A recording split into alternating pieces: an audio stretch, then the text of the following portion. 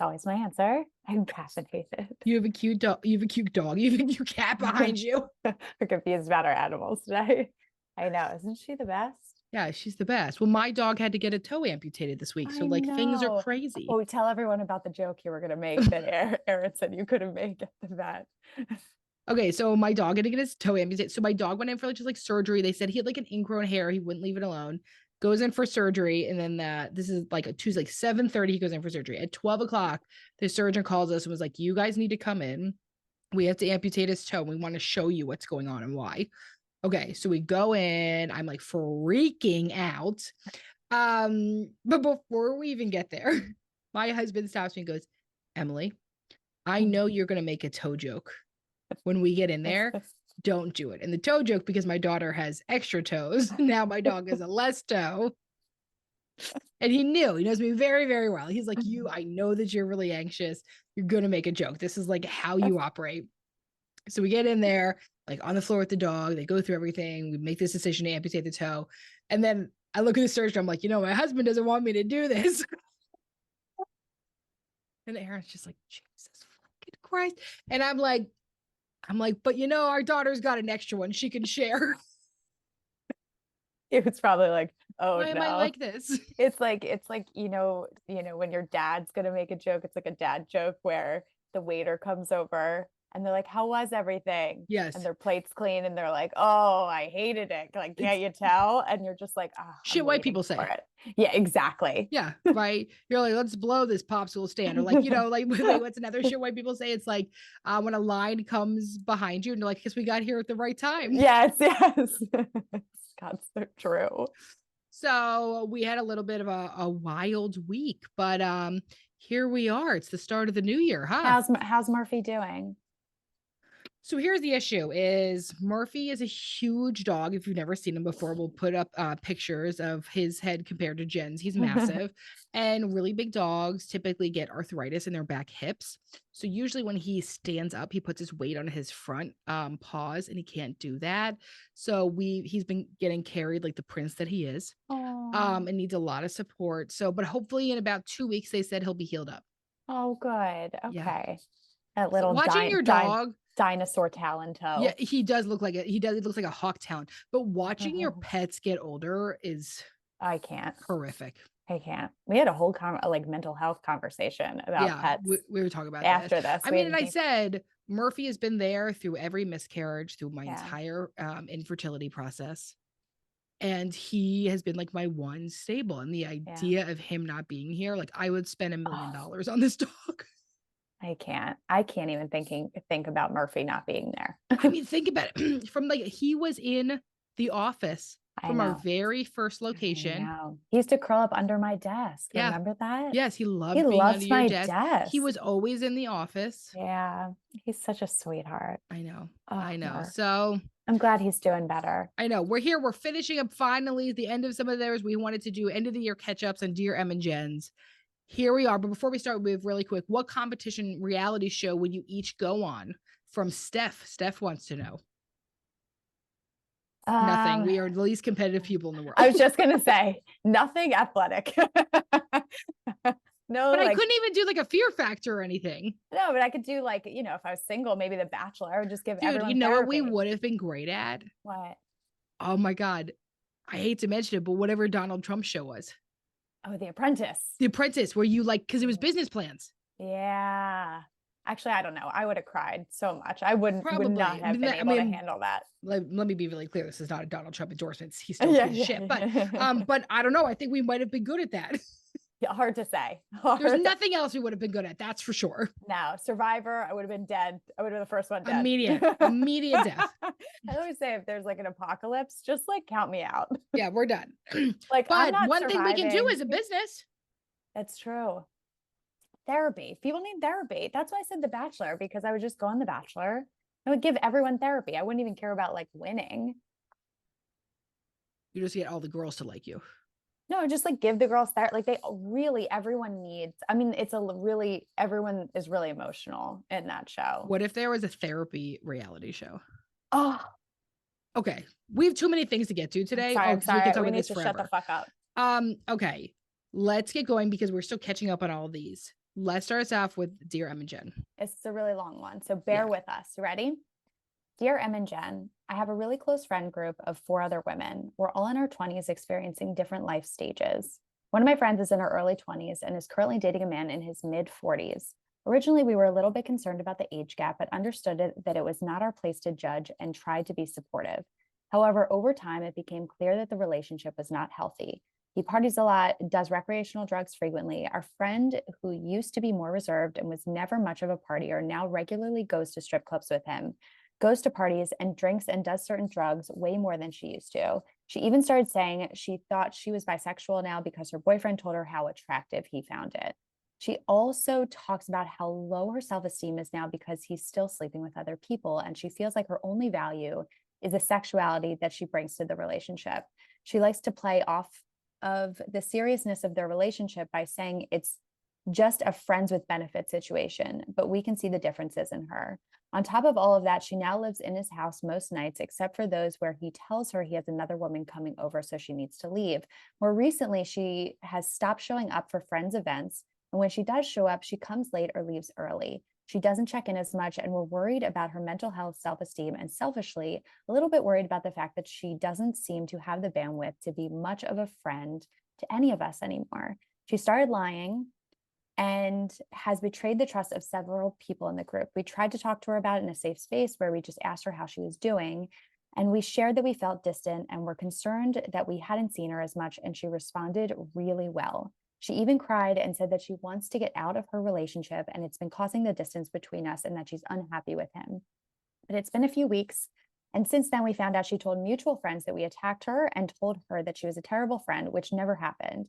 She told these mutual friends that we, her friends who have known her for 10 plus years, didn't understand and that her boyfriend was the only one who understood her. When we talked to her, she had only asked that she let us know how we could help. And we told her we loved her and that we just wanted to see her more often and to see her happy. It doesn't seem like this message got across. Now we're thinking about distancing ourselves because because she's becoming more and more defensive and she's begun lying to our mutual friends about all of us. Does it make us terrible friends to think about ending the friendship? How do you help someone who's not ready to be helped? Wow. It's such a bigger question, right? They're like these, the questions that you're really asking, which is how do you help someone who's not ready to be helped, can be applied to a lot of situations. Yeah. And so it's interesting, it makes a lot of sense that they feel like they had this really vulnerable conversation together and then the person pulled away. And that is very common to happen where someone like opens up and then it was like almost too raw and vulnerable. And so they have to attack, right? Go on the offense in some way because that's self-protective nature. So the question is, right? How do you help someone who's not ready to be helped? Yeah. And one of the ways we do that is also is when it becomes difficult, right? Because you say to yourself, well, how much harm is this causing me? Yeah. If there's a lot of harm that's caused to you, then yes, of course, you want to safely distance. If there's not a ton of harm that is being caused to you, how do you let this person know you're there from whenever it's done? Yeah. And I will say this. It's common that sometimes you help someone get out of, I'm not saying this is an abusive situation, I don't know enough detail here, but if you get someone out of an abusive situation, if they then distance themselves from you because you almost know too much. Yeah. I think it's oftentimes too when someone is in an unhealthy relationship, part of them knows it, right? But part of them also feels really stuck in it or feels this pull towards it. And so there can be a lot of shame in that they hold. And so, as her friends who really see this, right, from the outside to say like, hey, this, it doesn't seem like you're as happy. It seems like this may be an unhealthy relationship. And you're highlighting a part to your friend that they might know deep down. But if they accept that part of themselves, then it also means that they have to accept that they are in a relationship or they've accepted a relationship that isn't healthy for them. And that also means acknowledging the shame that comes with that and the embarrassment that might come with that. And those feelings are sometimes so heavy and so overwhelming that it's easier to push your friends away and to stay in this unhealthy situation than to acknowledge that fact. They ask this other question is, does it make us terrible friends to think about any of the friendship? No, nothing. Thinking about anything doesn't make you terrible, for the record. Like, your thoughts are not actions. So like, it's normal to think about anything. And thoughts don't make us bad people. Thoughts just happen because we're feeling something big. And so also I want to say, like, you're allowed to be angry. You're allowed to be angry at this situation. You're allowed to be angry that the dynamic with this friend who you probably love and cherish has changed. You are allowed to be angry that you tried to reach out and they're not responsive. You're allowed to be angry that you're, seeing somebody in a potentially dangerous situation. But one of the things we have to remember is we cannot see a future for someone that they can't see for themselves. So if we say you'll meet someone else, they'll be better, people can't hear that in a situation. And the hardest part, right, is that you are part of this relationship too. Yeah. That you have feelings around this. I think, one thing that I think might be really important, because it is evident that this is hurting you and that this is painful. And I think if you're making the choice to protect yourself by distancing, you can always reach out and say, listen, like, the distance has been really hard for me, but I want you to know that no matter what, if you called me tomorrow and said, I need help getting out of this, or I need your support, that I will be there for you. And it might be the case that that doesn't happen. And it might be the case that you create distance in order to take care of yourself. But if this person is in a really unhealthy relationship that they're really having trouble getting out of, for them to know that they're not alone, even with that distance, I think is really essential. Because sometimes, once again, we don't know if this is an abusive relationship. We're only hearing it, down a grapevine. But in really emotionally abusive relationships, it's common that the person will isolate their partner from people around them. And so if that's the case, for you to be able to say, like, I'm here no matter what, like, if you need me and if you need help, I will be there for you. But it might be the case that right now your relationship can't look like it once did with them because of the relationship that they're in. But that doesn't mean that you'll never be friends with them again. That doesn't mean you're going away. That doesn't mean you're cutting them off. If there were people in my life, right, who I haven't talked to in a while because of like life circumstances that they went through, if they ever came to me like 5 years later and said, like, hey, I'm like really unhappy and I really need your help. I know we haven't talked in a while. I would be there in 2 seconds. So would I, but is that because we're therapists? Like, obviously, like, I'm not fucking sure. hard same. Reach out to me. I will help you. But do you think that is because of who we are? Maybe. But I think that, well, I think about my younger self, and I don't know if my younger self would have done the same, but I hope that I would have. Yeah. Only because I understand the nuances of. Yeah. Of When I was in college and my friend would like date someone shitty, I would be mad.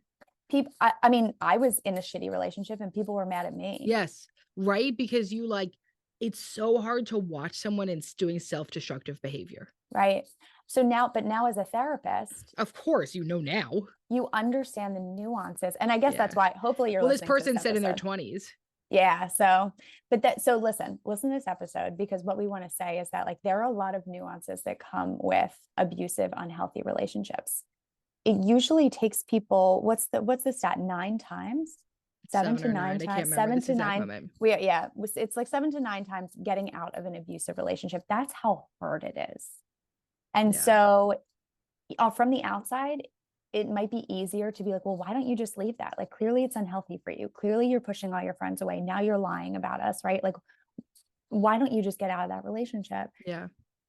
It is really difficult. Like, it's really intelligent, self-aware, emotionally, mature people get into abusive relationships and it's hard for them to get out of it all the time. And so I just want to validate that, and just to help you understand the nuances and how challenging it is at times to get out of a really abusive, emotionally abusive, physically abusive relationship. It's not as easy as it seems from the outside. No. So So that's why I say, like, right now, if there was anyone who ever came to me after years of like pushing their friends away, it almost feels like an addict, like that you see someone who maybe is struggling with addiction. And when they're struggling with addiction, you're like, well, why are you doing this to yourself? Like, Yeah. clearly you could get help. Here's all the help that you could get. And if they're not ready, they're not ready. But if Yeah. they come to you 5 years later and they say, like, I'm ready to get help, I realized all of these things and all of my actions because of that. Yeah. So also what you're saying is back off and let them come to you. Yeah. Because And that's that's what I why, really hear you saying. and And it's that's the why I would, same thing with addiction. Is like how much you're going to resent the person if you keep offering help that they don't take, yeah. as opposed to stepping back, taking care of yourself and your own feelings and letting them come when they're ready. And I think you can say, and that's why I think reaching out and saying, right, as opposed to moving towards the anger. And listen, you're entitled to feel angry if they're lying Yeah. about you, if they're talking.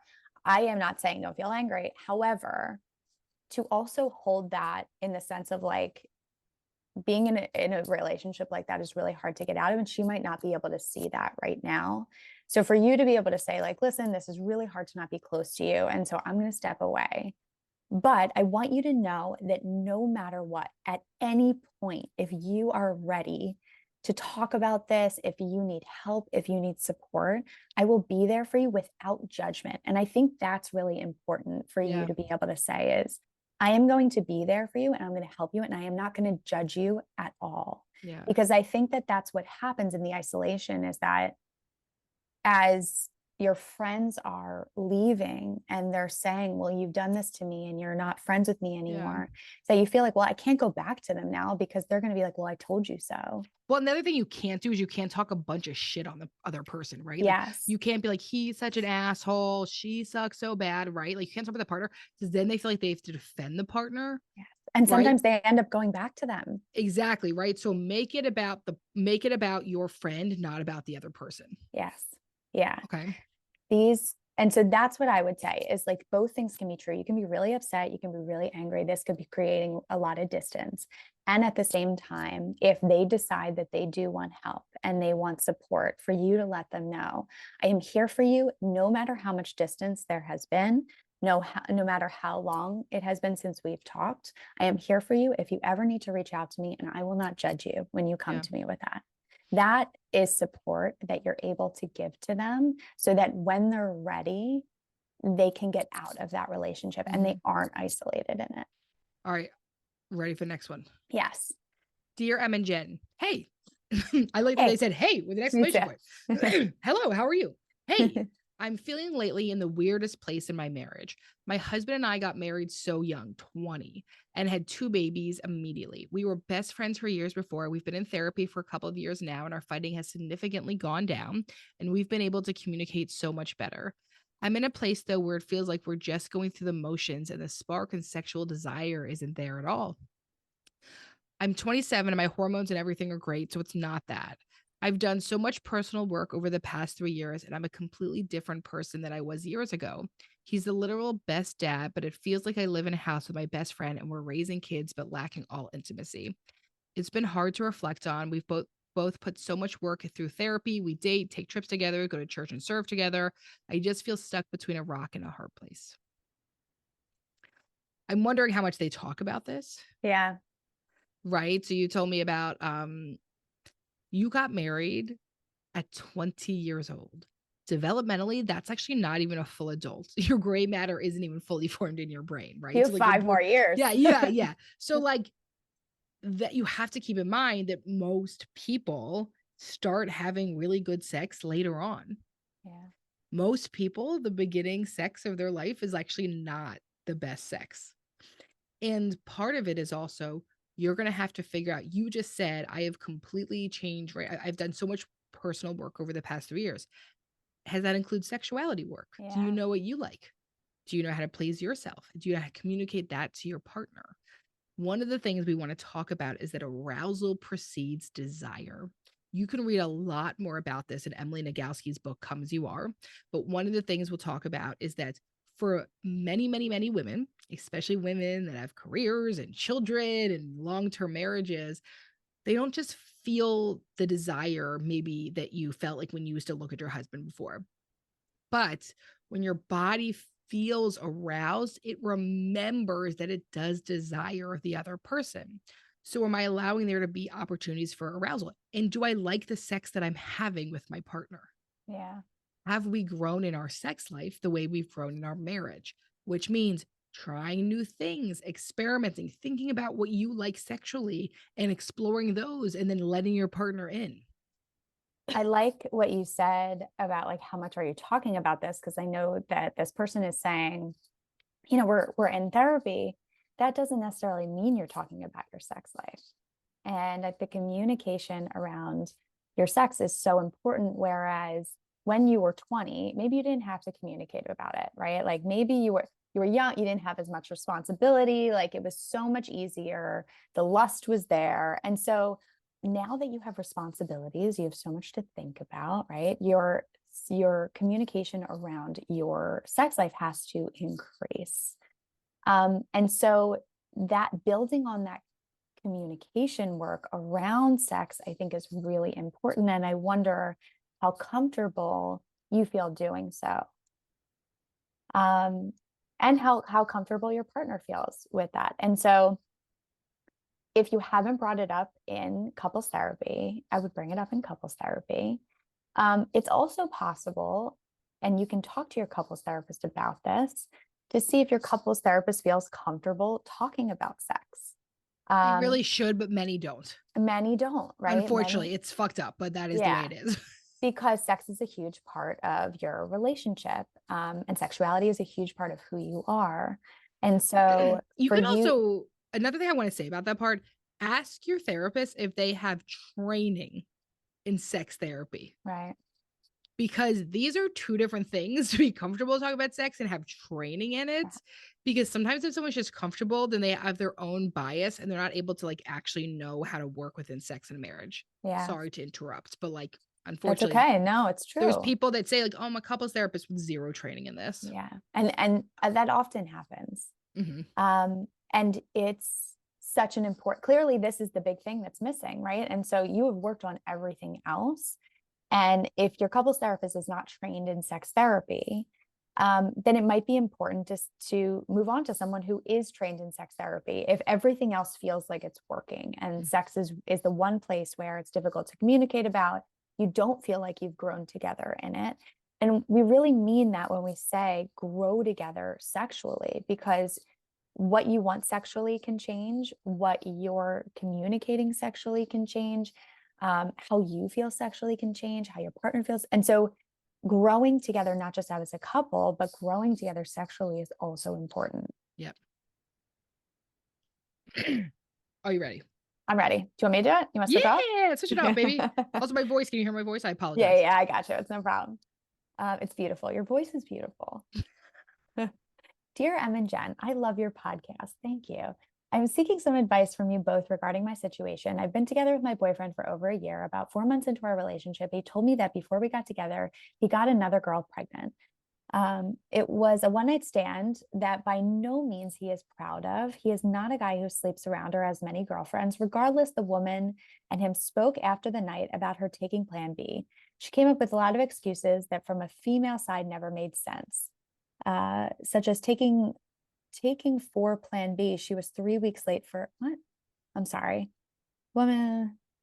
She came up with a lot of excuses from a female side that never makes it, such as taking for Plan B. She was 3 weeks late for her period. She is a nurse and never got a pregnancy test done till after 3 weeks.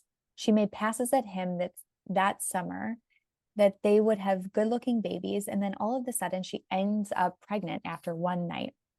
They get a paternity test done because, shocker, she lied that she was broken up from her boyfriend. It states that my boyfriend is the father.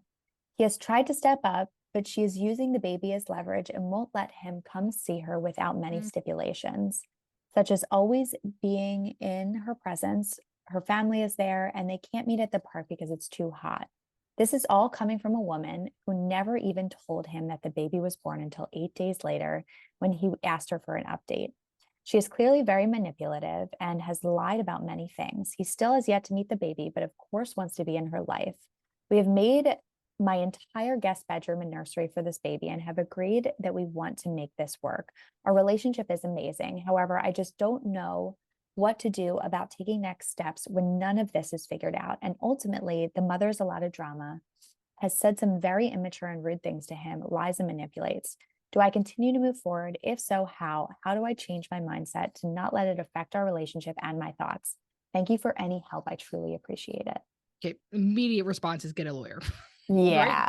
Right? Immediate response for your partner to get a lawyer and for there to be a custody agreement that there is, fairness and equality with this, right? Yep. Like immediate response is like there has to be some legal intervention. Okay. Second, let's pretend that happens and that your partner gets joint custody, whatever. You are making a big commitment. This will affect you the rest of your life. When you say, how do I change my mindset to not let it affect our relationship? That's impossible. Yeah. This will affect your relationship your entire life because children do that, whether they're biological or stepchildren. And that's not necessarily a bad thing. Right. If you commit to someone, you're also committing that I'm going to be around to help you with this. So when your partner is stressed out about the baby, you're going to have to be there to help. Yeah. And that isn't a problem, but it's something you have to think about. Are you ready for it and ready to commit to? Because this person is not, you're not legally married or anything like that. So you have to decide if I'm going to commit into this or if I'm not. And that's a very, very personal decision. But you say in this, our relationship is great, right? Like our relationship, I don't know, I can't find my relationship is amazing is the word that you use. That's great. Would you really want to end it because of this other thing that the other person really didn't have any control over? And so how do you continue to move forward? I think one, there has to be a better system in place. And the better system in place would come with a custody agreement. Yeah. And I think acknowledging that this is part of the relationship, because if you deny it and say, okay, I'm going to commit to this relationship, but I'm not going to commit to this part, right? That does have a child and that this is part of his life. And if you deny that part and you get into the relationship and this continues to build and build and build, and you realize that it continues to affect the relationship, what's going to be unfair is the resentment that you hold and take out on your partner when it was a decision that you are making to continue the relationship, knowing that this is a part of who this person is, right? As much as it was a surprise and as much as it might feel unfair to him, this is the reality of the situation. So for you to be able to say, if I'm taking my partner, I'm also taking the situation. And that's what happens when we get into relationships, right? When we marry our partner, we marry their family. Unfortunately, for right. Many people, it just is how it is. For many people, it's unfortunate. Yes. And so when you make a decision to commit to your partner, you're also making a decision to commit to their circumstances, whether that's their family, whether that's debt that they're in, whether that's and these are very real things that I don't think we talk about enough when we're committing to our relationship, because we think about, oh, it's marriage, it's rainbows and butterflies. And sometimes it is, but also you're also agreeing to a life that you had no control over. And I'm sorry, I have to move Nellie. She's the cat is running all over the place. All over the place. I'm sorry, girl. Little interlude. She just wants to be on the podcast. So of course. And so for you to be able to say, I'm making this commitment and I am committing to their family, their circumstances, so that you're not expecting something to change. And when it doesn't change, you're getting angry at your partner. Yeah. I just think there is a messiness of this situation that also probably makes it more overwhelming. Yeah. And this is a really messy situation. It would be less messy with a custody agreement, especially depending on, I don't know what state this person lives in. It's different laws everywhere. But consult a lawyer and then consult your heart. Am I right? I mean, really, because am I going to do this? And you have to make a decision with that. But it's not going to be that this shit don't affect you, because this is going to affect you forever. Right? Yes. Okay, let's do one last one, because the next one I think we could get to quickly and I want to make sure we do. Okay, I'm ready. Ready. Dear Emma and Jen, I'm a single foster mom to a super cute 1-year-old girl. I went from single with 0 kids to single with a baby overnight. I feel incredibly alone because nobody understands the nuances of the situation. People with kids think they get it, but they aren't typically parenting a child with trauma who they haven't known for their whole lives. And other foster parents are typically married, so they have a partner to lean on when it gets hard, like every day. How should I, one, ask for help, and two, mitigate these extreme feelings of loneliness because nobody else gets it? How do I also learn to give myself grace throughout this process and feel like I have to prove to everyone and not feel like I have to prove to everyone that I have to do it on my own? First of all, you're amazing. Oh my God, What a you're beautiful thing amazing. to do for this world. You ask for help by saying, I need help. And you do not need people to understand to give you help and support. No one, what you're in is a very specific, nuanced situation other people are not going to get, but you don't need them to understand it to give direction. Hey, what I need help with is the laundry. What I need help with is to come over and play with the baby while I take a nap. What I need a little help with is give me a break so I can shower, right? Specific things. And asking for help in a situation like this, you're going to have to be very specific. I also think two of these questions tie together. How should I ask for help? And how do I and not feel like I have to prove to everyone that I can do it on my own? So my question for you would be is where does that come from for you, right? This sense of I have to prove that I can do this on my own. Where, as human beings, we're built for community, we're built for connection. That doesn't necessarily mean a romantic relationship. Mm-hmm. That does not mean that you need to have a romantic partner in order to build that for yourself. You can build community of friends, family. I'm surprised there's not more support groups out there. And maybe there is. Maybe there is support Yeah. groups for this. And that's Well, something. just said that a lot of other foster parents have a partner. Right. I want Right. to find a group for single, foster parents. Yeah. If anyone has one, can you write it in so we can give it to Can this you write person? it in? Yeah. But I just want to validate the fact that you are human, and just because you're asking for help doesn't mean you can't do it. I think that there's this sense of it's either one or the other. I either can do this all on my own, or I'm failing if I'm asking for help.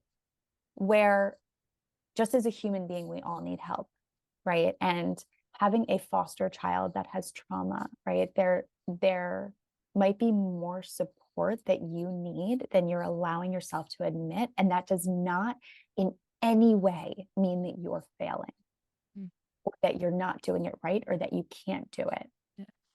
Becoming a parent there's so much vulnerability. So if you are someone who struggles with vulnerability, it's going to be an incredibly triggering situation. And it's amazing you're thinking about this child's trauma, but how about your own? Any time of life stage is going to bring it up again. And so something for you to also consider and to think about is in some ways is telling yourself that nobody gets it a way of avoiding vulnerability. You don't need people to get it. Jen is not a mom. She does not get some of the mother stuff and is still one of the best supports I've ever had with it. You make me cry again, stop. Because sometimes you need someone who is well rested and not traumatized by parenthood to show up and help you. I am well rested. You are well rested and well caffeinated. Both things are true. So I want you to think about if you had a magical fairy angel that could come in and help you throughout the day, what do they do? And then how do I ask for those specific helps? Write it down. I would say we should, as women, have a commune that we all live on. Well, mommunes are getting bigger. They're called mommunes, and they're getting way more normalized. Can I come? I'm sure you can. You would be invited to mine. That's for darn sure. Thank you. If you start one, can I still Absolutely. Except for here's the issue. It's not going to be in a city, and you like living in a city. Right. It's like mommunes, I believe. Maybe that's not true. Maybe we could get a bunch of townhouses together. Oh, that'd be nice. That also sounds lovely. And also I could just go home. I'll just come how about I'll just come visit and I'll go home when I'm ready to go home. You're not going to come. Because you don't want to leave your house no matter what. I'm not coming. I'll send a postcard. I'll check in. I'll check in to see how it's going. Listen, we hope that you're going to have the most amazing new year ever. We're glad we could catch up on some of these dear Em and Jens. We are so excited to spend the next year with you. You are all wonderful. If you're listening to this podcast, you're working on growing and knowing some parts about yourself. That is an amazing, admirable thing. And we are so thrilled to be a tiny, tiny little speck on that journey. Thank you for listening today. We always ask you to rate, review, subscribe, follow on Apple Podcast. You could check us out at ShrinkChicks. We have merch at shrinkchicks.com/merch. We have a journal on Amazon, but really what we would love is to set you up with an amazing clinician. If it is starting of a year and you're like, shit, I better get into some therapy, check us out at therapygroup.com. We'd love to match you. Jen and I do all the matching ourselves. Send us over an email and a contact form. We'd love to be connected. Jen, you have anything else to add in for the end of the year? Thank you for listening. We appreciate you all more than you know. We appreciate your vulnerability and all the questions you write in. Thank you for following along with us throughout these 4 years of doing this. And don't forget to grow yourself. You got to know yourself.